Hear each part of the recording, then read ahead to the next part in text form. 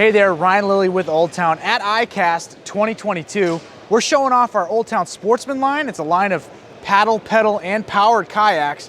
You know, nothing's new for us this year, but what we wanted to show you is what's possible with our fishing platforms. I'm standing before our crown jewel, the Autopilot 136. Comes with a fully integrated Minn Kota trolling motor with spot lock. So right out of the box, this thing's a fishing machine. But there's all kinds of customization that you can do to this boat to make it your own. Let me show you what I've done with this one. I've internally mounted these nav lights, interior cockpit lighting, and a light pole off the back, routing all the wires internally to a switchboard underneath my seat. I've got a keypad beside the seat that allows me to control my fish finders and all my lighting right where I'm seated. From there, I've added two Humminbird Helix 9s, one dedicated to a 360 transducer, the other one SI, DI, so I've got the ability to look all around my boat, find where those fish are at. From there, I've added a Dakota lithium 100 amp hour battery in my battery box, so I've got more than a day's power underneath my seat, so I don't have to worry about running out of battery power. For my accessories, I'm running a Dakota 12 amp or 10 volt 12 amp battery. And again, my electronics won't run out for a whole day of fishing. I've added the Yak Attack Black Pack. This is a new product that I love. It's got rod holders, 6 rod holders on there. So between the molded in rod holders behind the seat, as well as the Yak Pack, I can carry multiple rods with me. And that's a really nice accessory.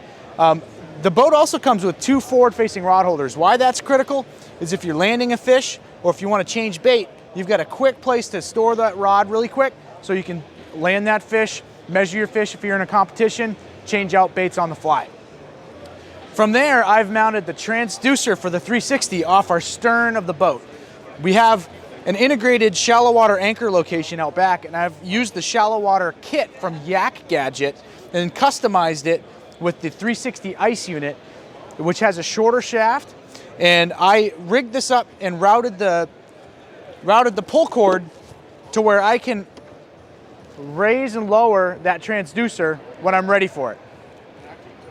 So again, this boat right here already comes totally fishable.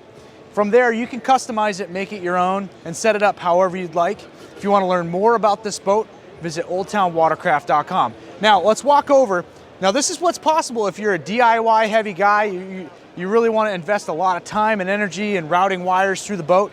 If you don't have the time or energy and you just want to plug and play with what's, you know, aftermarket but easy to install, I want to show you what I've done with this big water over here.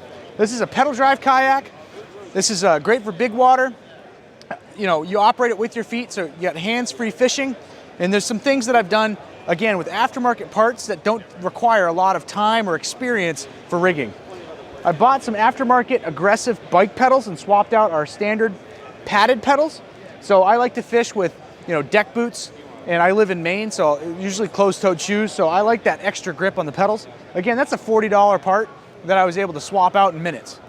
I added the Helix 9 to this as well, used a ram mount, and then I route the wire for the transducer down through the cockpit hole. We've got a transducer mount below the boat. I stashed the battery. Again, I'm using a lithium ion. On this one, I'm using, I think, a Norsk 12-volt battery in there. Again, I've got power all day for my fish finder. That's a great battery as well. The boat comes, you know, ready to be rigged. It's got accessory plates and tracks built in right in front. So if you want rod holders, you want a fish finder screen, it's really easy just to install on the fly. On the other side of the boat, I've got horizontal rod holders, which are great if you want to have some rods right at your fingertips, or if you're fishing near brush or bridges and you don't want your rods to hang up. That's a great, you know, easy part to add on to your accessory tracks.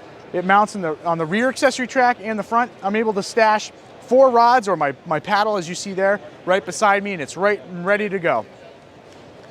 Back here, I also have the Yak Attack Black Pack with a couple rod holders out back, and then I added a few Yak Attack rod holders beside me on the rear plates here, so I can carry multiple rods, as you can see, with me in a variety of different ways, either horizontally or vertically.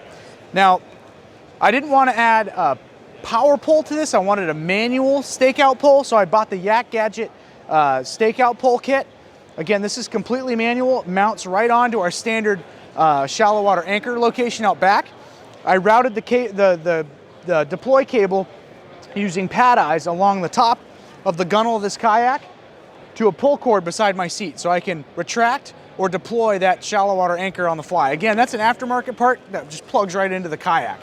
So again, all this stuff that you see here, you can purchase after you buy your boat.